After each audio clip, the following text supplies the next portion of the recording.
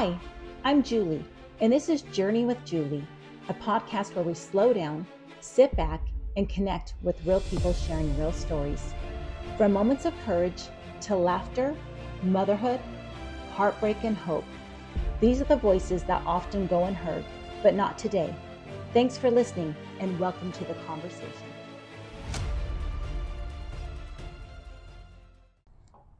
I'm so excited for today's episode. I have my girlfriend, Larissa DeGraff. Larissa and I have been friends since junior high. So in 7th grade, we moved to Riverton. My dad moved us here to Riverton.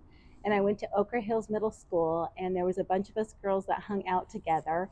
And Larissa was with me, and we were in dance class together, and we had lots of fun. We did. Right? Feels like forever ago. It does. And then we entered high school, and we were cheerleaders together in high school as well at Bingham High School. And we have stayed in touch since then. I know it's not always easy for us. We're all busy with working and our families, but we stay in touch, and we know that we're always there for one another. And I'm so thankful for that. Yeah, me too. And today, Larissa has been gracious enough to talk about dating later in life. So with that being said, Larissa, do you want to tell us a little bit about you and your life and where you are now? Oh, okay. Yeah. We got a nice little breeze here. I know we do. Let's see. So I got married when I was in my 20s, like a lot of people do. Okay, yeah. And we were together for 19 years and married for 16, and we had 3 children. And then we got divorced, and I was single momming for a little while, and then I tried to remarry and blend a family, and that lasted about 3.5 years. And then I'm back to being single, and now I'm an empty nester. My kids are all grown, and I'm all alone, and it's awesome. So, Larissa, how long have you been divorced now? How long have you been single? Been about 8 years. 8 years. Second time around. Okay, so 8 years, Larissa. Yeah. So tell me, do you get on the dating apps? Yeah, I do. And they have a bad rap, but I think that the dating apps can be a really good tool for meeting people. Like, where else are we going to meet people in our 50s? Yeah, right. I mean, there's a lot of, at least in Utah, there's a lot of, well, and not just Utah, because I'm actually going to California this month to meet up with some single friends. So there's a lot of activities. Are? Yeah, okay. So there's a lot of events and activities. And okay, I like that. Dancing and just all parties, all kinds of excuses to get together. But, and it can be fun. You can meet people, but a lot of time it's like very high school. It's like the same people go. So it's kind of like, going to your own high school, and you're kind of like, same people are here. You don't meet anybody new. So that's what I like the dating apps for. I feel like because you meet new people. You can meet new people, and you can meet people from all over the world. Okay, if you wanted. Okay, so you're making lots of friends along the way. It's not just always about dating and finding the right companion. Sometimes it's about just meeting friends and people. I think a lot of single people I think are lonely and don't maybe have the friendship that some have. Like, I have a lot of good friends that support me and keep me busy, and I don't think that everybody has that. So I find a lot of men, maybe women do this too, I don't know, just want pen pals. Okay. Like pen pal, like they just want to write. They just want to message you back and forth. So on the dating app. So I don't necessarily love that, because I don't have time for a bunch of pen pals. Yeah. But some people might. And so if you're looking for a pen pal, there you go. Okay. So your dating apps, you talked about sometimes they have a bad rap. Like, talk to me about that. Like, what do you mean by that? Oh, yeah. Some people are just, well, I don't think people use them the way they were intended. Yeah. Okay. They were technically, I think, designed to, you look at a bio, somebody else looks at a bio, you decide that, hey, that might be a good match, and then you both swipe, and then you match, and then try and meet up. But I don't know about the women, but a lot of the men are just like swiping on everybody hoping for a match. And so then, So what does swipe mean? Swipe so means a swipe, if, well, you can swipe one direction or another, and one's yes, one's no. okay. Right? Okay. And it depends on the app. Sometimes it's left, right, up, down. So it just Okay. depends on the app. But So when you say they swipe, that means he's meaning saying yes to all of them? Yeah. Oh, wow. Yeah. So they might Oh. say yes to everybody, and then, you know, and then you'll say yes. So then you match, but then they're kind of like, then they go back and read the bio, and they're like, no. So then they don't reach out to you. Yeah. Or they don't talk to you, or maybe they talk briefly, and then they're like, no. And then that's when all the ghosting and the unmatching comes in. And okay, let's talk about kind of ghosting. Since you brought that up, because I hear about that a lot. You know, Yeah. I noticed at our age, I think what happens very often in the world is once kids are grown and gone, a lot of times we see divorce, unfortunately. Right. I think because the kids sometimes kept the couple together. Yeah. And then they find out they don't have anything in common anymore, and then they end up divorced, and so people end up getting on the apps and dating. And then you talk about ghosting. So I hear about it because, like I said, there's a lot of people going, you're not alone. Like there's a lot of people at our age that are divorced and want to get out there and meet somebody, a companion, people to go do stuff with. And I hear about ghosting on these apps. So can you define ghosting? Well, first of all, define ghosting. What does that mean? There's so many crazy dating terms. Ghosting is just one of them, probably the more popular. But like ghosting is when you are communicating, well, and you could even be dating, because that does happen if you're dating. I did have a friend who was dating somebody for a year. Actually, I've had two friends, close friends, that dated for like a year span, and then they were ghosted. So the person doesn't even officially break up with them. They just leave. They just don't connect. Yeah. They just block them, whatever. It could be all kinds of different ways. But you basically just stop talking. You maybe block them. You maybe unmatch if you're on an app. But you don't have a conversation to end things. You don't get closure. You just they just disappear, and you're like, they ghost. That sounds so hurtful. It's so hurtful. It's one of my biggest pet peeves. I hate ghosting. A lot of people tolerate it, which is why it continues to happen. But I'm like, it shows a lot of immaturity, I think. And I also feel like if you can't communicate a simple thing like, hey, I'm not interested. Or even if you don't want to say that, just say, I found somebody else. Yeah. I'm going to spend some time with this person. If you can't even communicate with that, how are you going to communicate big stuff, you know, like in a relationship, in a marriage? So with that being said, have you ever ghosted anybody? No, not on purpose anyway. I try to communicate. Okay. I will say that it's common in apps for conversations to fizzle out. Okay. You know, they're just kind of mutually, they fizzle out. I try not to be the last. I try to be the last person at least to respond. So I try not respond to somebody. And if it's just not going anywhere, it's easy to just say, hey, I'm not feeling it, you know. Right. So I wouldn't say officially ghost, but there have been times where it's fizzled out. But a lot of times I've had the last conversation and they're not responding. So I feel like so that's you try. On you. at least you have the decency to I try to, because I think it's hurtful. I do think it's hurtful. Like when you don't tell like me it. that, and I think, oh my goodness, what if that happened to me? Like I think that would hurt. It's hard not to take it personally. Yeah. Like, how would you know? It's so hard not to take it personally, and you have to, like, that's something, you know, we all have to our friends have to tell each other, don't take it personally. You have no idea what's going on. He probably found another girl, and he just wants to focus on her, and he doesn't know how to tell you. You know, and plus there's a lot of unhealed people, and there's a lot of just a lot. Right. It could be so much. There's so much. And I think also, Larissa, because of the technology we have now and the cell phone thing, and we text now, and as opposed to picking a phone, it's so much easier for them to do exactly what you're saying. To ghost people and without even thinking twice about it. And you can, you know, on the apps you can block the person and you can unmatch them so they can't contact you. So it's easier to be like, I'm gone, you know, like I really am a ghost. I never even existed. I didn't exist. But the funny thing is sometimes you've exchanged numbers and I'll be like, well, you just blocked me, but I have your phone number, dummy. Wow. You know, so I'm like, you forgot that you gave me your phone number. That is so interesting. Anyway, yeah. Okay. Well, you know, imagine like we're talking like this and you ask a question and then I just get up and walk away. That's and exactly never what, see me again. That's what they're doing yeah. online, and it's not acceptable in real life. Why are we allowing it online? It drives me crazy. Yeah, I agree. Like I think that's hurtful, and I think if anyone's on that, regardless of whether you're male or female, you should end it.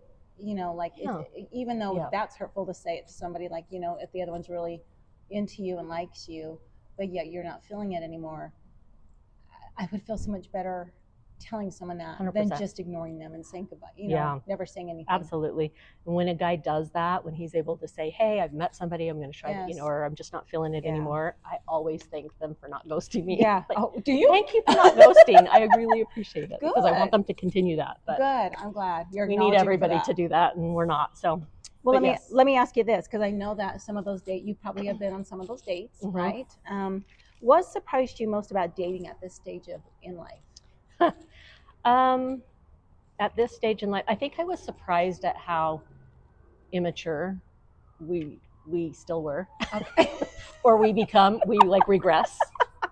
Like divorce means you go back, and we're like high school again. Like I said, Really? it literally does feel like high school again. And sometimes you're just, I've seen people that either they're kind of neglecting their kids or their household duty because for a boy or a girl, and some men will be like, oh, that's so super interesting. needy, and yeah, you're like, I got to get my kids to bed, or I've got to Yeah. feed them dinner and Yeah. do homework, and they're like, well, when are you going to call me? When can I call you? When and it's like, I got things to do, like they just anyway. So there's some of that. So what's surprising to you is how immature we can still be. Yeah.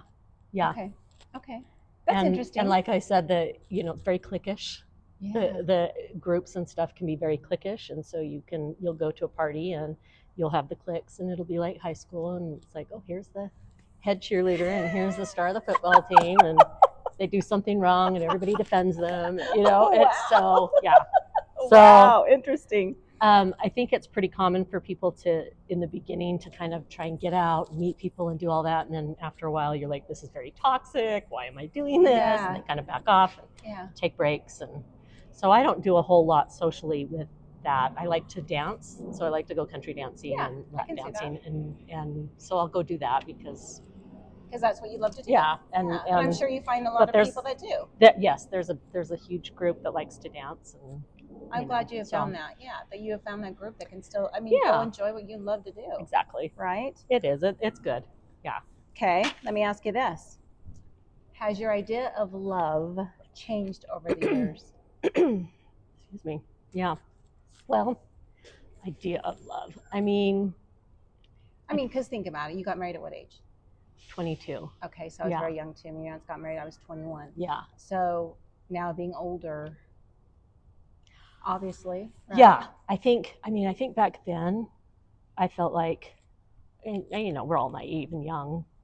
It's to be expected, but I think that you just kind of feel like love is enough. Mm-hmm. Love will get you through anything, right? Yeah. Love is all you need. Like the song. Is that what we were told? Yeah. You just need love, and it's not like I realize now that like you can love people and not have a good marriage. You can love people and that's not a relationship I can have with you. I need distance, but I still love you. Right. So love isn't enough, in my opinion. Yeah. I think that's probably something I've learned. What else do you think? What else do you think what else do you think would be like? Let me ask you this. Mm-hmm. I know I've had friends that are dating at this stage in life, and a couple of male friends, and they would talk about qualities in women, and I'm like, okay, you know that you can't have it all. Like it just doesn't work that way, right? You could have all these expectations. Do they know? Yes. Right. I don't know if they know. Some don't. But yes, and so you're right. I would always ask, like, give me your top 3 qualities in a person. Like, what are the top 3 that are like non-negotiable that you would you would want in a partner? So, like, have you ever thought about that? Like, what are the top 3 qualities? No judgment here, no judgment from anyone. What is Larissa? What would be your 3 top priorities? It's interesting because there is a list of things. Mine are obviously less physical and more of like emotional and mental and that kind of thing, because I want somebody who's kind and loving and honest and reliable and a partner and all those kind of things. But it changes, and it's changed over time. Obviously, in the beginning, I was just very much like, I think they should just check all these boxes, you know. Well, and now it's we all like think that. 10 boxes are out. We're I said moving 3. on. Yeah. Okay, You can choose only have 3. 3. No more. Yeah. So it's hard. That wouldn't be fair. Only 3. I mean, I do think it's hard to know what's the most important, but I I like. mean, I know when you've gone through them, you know, you've thought, okay, yes, no, no. Yeah.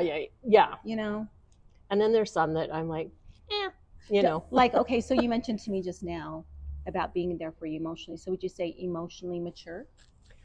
You know, emotionally intelligent. That's the word, because there's a lot of, you know. I want somebody that, and maybe it goes along with it. They are empathetic. They, you know, somebody that lacks empathy, I feel like they're just not gonna be there for you in all the ways, because they don't see that, you know, they don't see you need anything. You know, they're like, they don't see you're hurting. Yes. They're not there to comfort you. So, Yeah. So I do think that's probably kind of a critical thing for me. Someone is that's empathy. empathetic. Okay.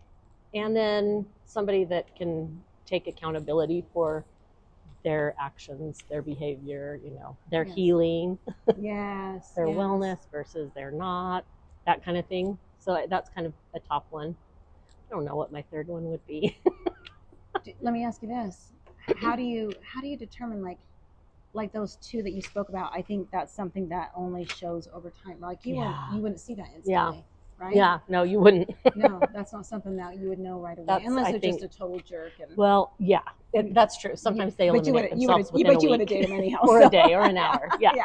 And they're gone. That's fine. It's nice when they take themselves out of the equation. Time. One of the things I always like to say, and my friends will always say, as Larissa says, time will tell. Okay. So I feel like take your time. You know, that's kind of my motto now. It's like, I mean, yes, we're older, but there's no rush. Yes. You know, what are we rushing for? Yeah. So take your time, get to really know each other. And I mean, even then, there's no guarantees. We know that, right? Yes. Because there are things that come. There's no guarantees. And even 5 years down the road, you still don't know. Somebody could have an accident and things change because you don't know how they're going to respond to that. So, you know, it's a risk. It's a gamble. But you can kind of lessen your gamble, I think, if you take your time. Yeah, I agree. So I don't know. Yeah, that's I say that, you know, but I don't know. Can I ask you this? Yeah. What lessons from past relationships influence how you date now? Well, you know, back then I, again, just was very you know, everything will work out. I had a lot more hope.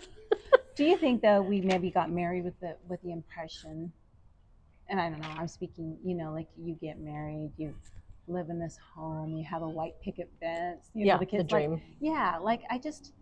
I think, do you think women, where does that come from with us as women? Is it from, I always think, is it always about childhood? Where does that come from? Oh.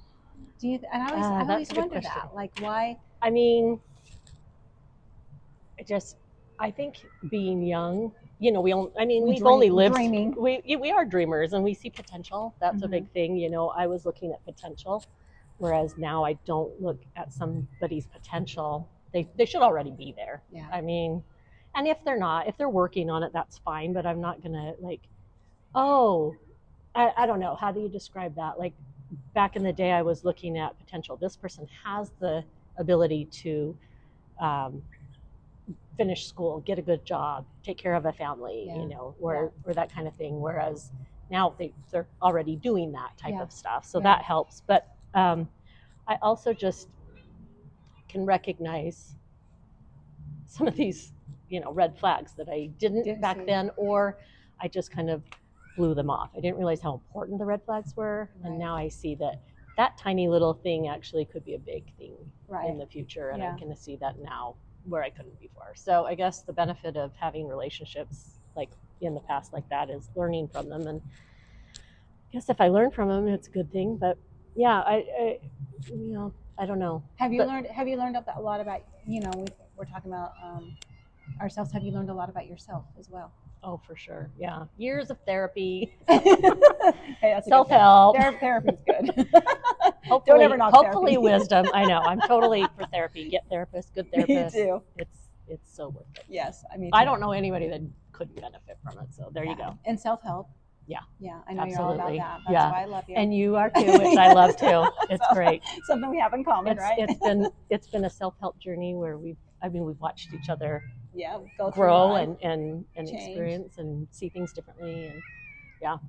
So that's the nice thing about being older, is having that wisdom. I really think we do have the wisdom that comes from age and experience, and so that's kind of a cool thing. I think so too, and I think, you know what I called it the other day? Clarity. Yeah. Like we have more clarity. Yeah, for sure. And that's really what it is. It's yeah, just, that's a good word. Things are a lot more clear, you know, just we see things differently now, and I guess it's all learning. We're all learning. It's a learning journey on every part of it, right? It is. It's a journey. And I'm going to ask you this. What would you tell someone who's hesitant to date again?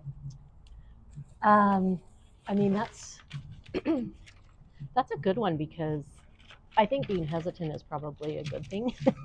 You know, it's okay. I mean, yes, Yeah, I do think it's okay. It's healthy. I don't think it's not healthy. We can say that, because I think some people think, oh, I should be able to just jump right in, but I'm scared. But I think we need to be. I think you need to be cautious with it, you know, because it's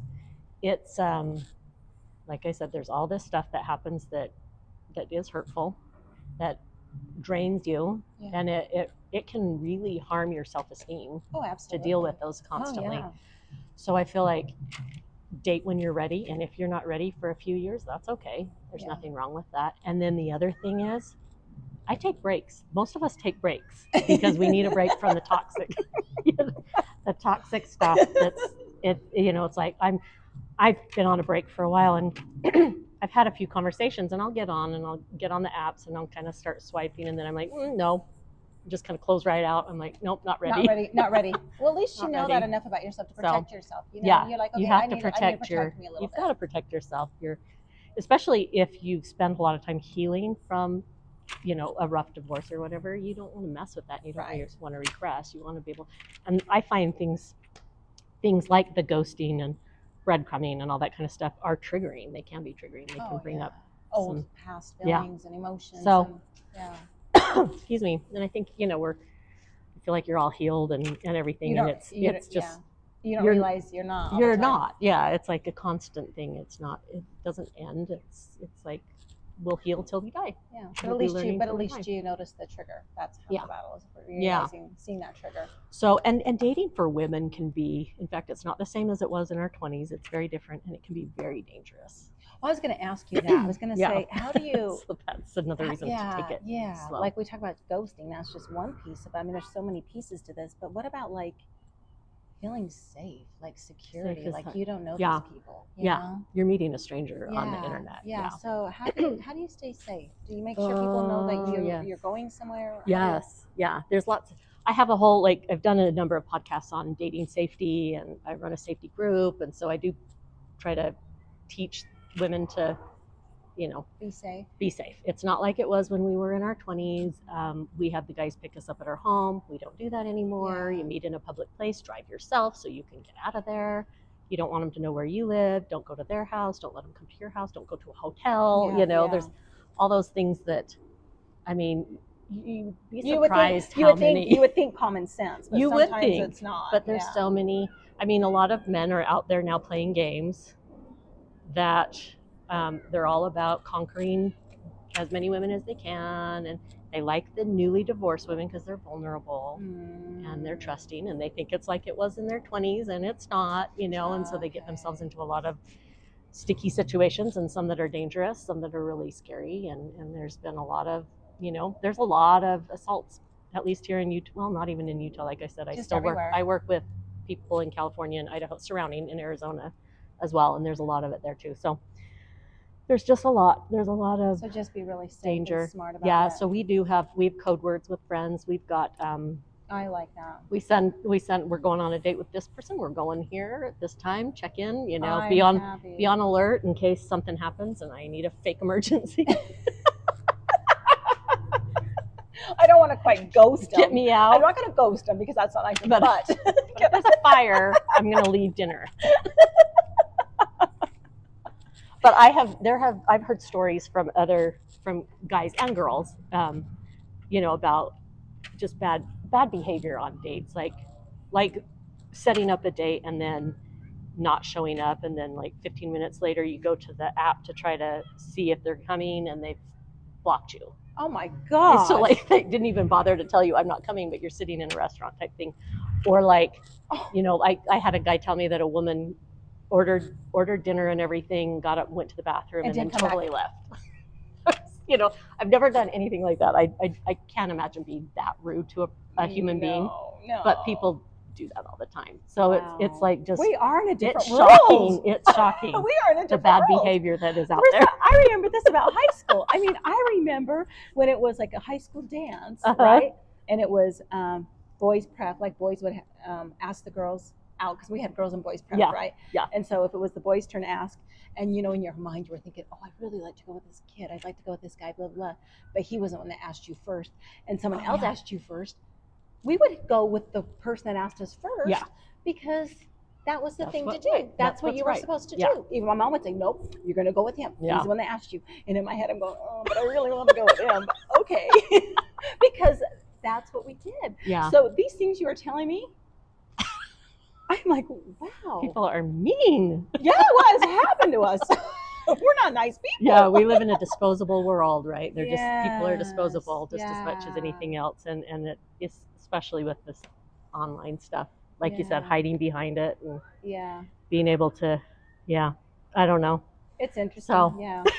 Well, I want you to know that I so appreciate you coming on the podcast today. Well, thank you for having me. It was fun. It's fun to see you and chat. Right? It's good to catch up and know that I love you. Well, and I love thank you. you for sharing all these fun things. Oh, yeah.